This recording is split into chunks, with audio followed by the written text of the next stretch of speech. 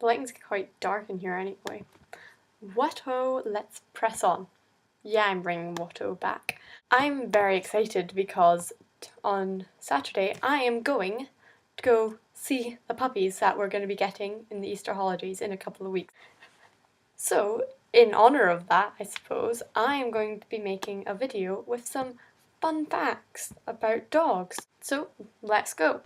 Basically, all dogs can be traced back 40 million years ago to this little weasel-like animal called the Micardus, which dwelled in trees and dens.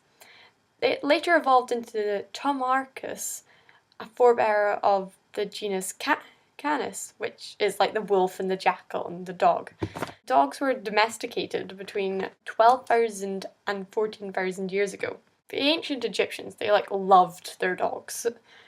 When one of their pets would die, the owners shaved off their eyebrows and smeared mud in their hair and mourned aloud for days. Which is a little bit how I felt about the series 2 finale of Sherlock. Everyone's heard of the phrase raining cats and dogs, but it's raining pretty darn heavily.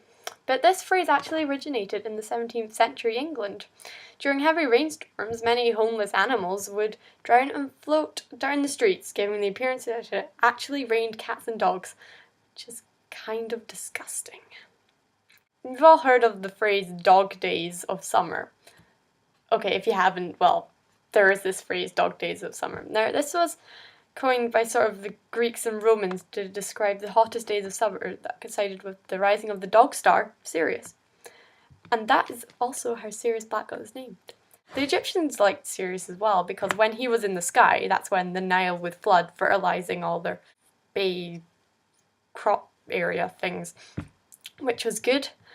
And it was also the time when all the slaves stopped working in the pyramids and instead started working in the fields. There are about 400 breeds of dog, but they're all part of the same species, which means that they can all interbreed. That's how you get crossbreeds like cockapoos and labradoodles, which have the best names ever, by the way.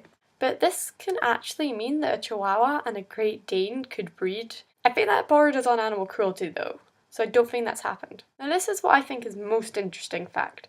There was this Russian scientist called Dmitry Belviev. I don't even know if that's pronounced correctly.